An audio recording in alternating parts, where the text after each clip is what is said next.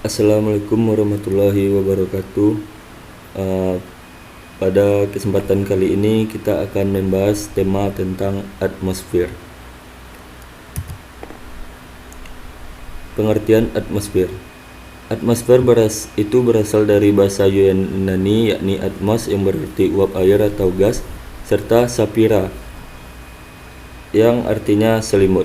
Jadi atmosfer tersebut dapat diartikan sebagai lapisan gas yang menyelimuti suatu planet. Berikutnya, atmosfer terdiri dari beberapa lapisan. Yang pertama itu ada troposfer, kemudian stratosfer, yang ketiga ada mesosfer, yang keempat ada termosfer, dan yang kelima ada eksosfer. Slide berikutnya adalah yang pertama kita akan membahas lapisan troposfer. Letak lapisan troposfer ini berada pada ketinggian 0 sampai 18 km di atas permukaan laut. Ciri-cirinya adalah 1.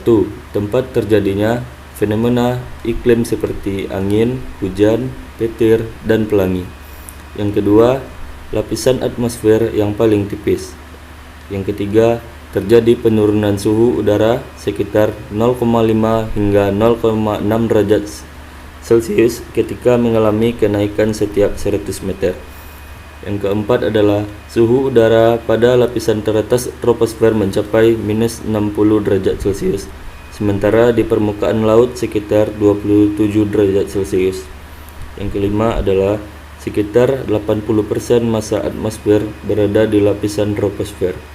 Yang keenam, terdapat lapisan tropopause yang letaknya di antara lapisan troposfer dan stratosfer.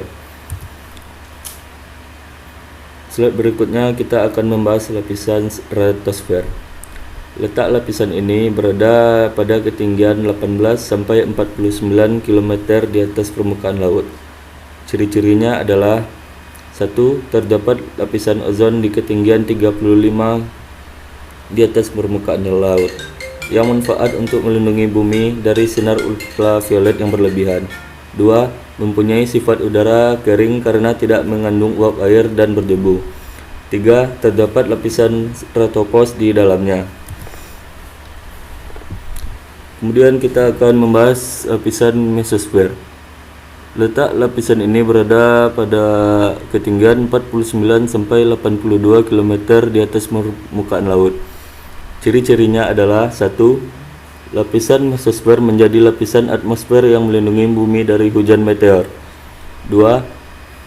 Udara pada lapisan ini sangat panas disebabkan adanya pergeseran objek atau benda-benda yang datang, hingga akhirnya benda-benda tersebut terbakar karena lapisan ini. 3.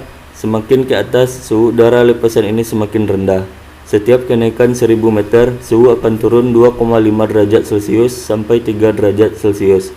Pada ketinggian 80 km di atas permukaan laut, suhu udara lapisan ini bisa mencapai minus 90 derajat Celcius. 4. Terdapat lapisan mesopause, yaitu lapisan antara lapisan mesosfer dan termosfer. Slide berikutnya kita akan membahas tentang lapisan termosfer. Letak lapisan ini berada pada ketinggian 82 sampai 800 km di atas permukaan laut. Ciri-cirinya adalah 1. Suhu udara di lapisan ini sangat panas hingga mencapai lebih dari 1000 derajat Celcius.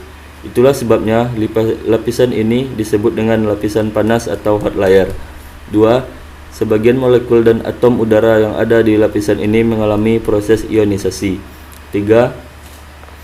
Terdapat kemunculan aurora, yaitu pita cahaya warna-warni yang ada di langit kutub utara dan kutub selatan. Slide berikutnya kita akan membahas lapisan eksosfer. Letak lapisan eksosfer berada pada ketinggian 800 sampai 1000 km di atas permukaan laut. Ciri-cirinya adalah 1. Tempat terjadinya gerakan atom secara tidak beraturan.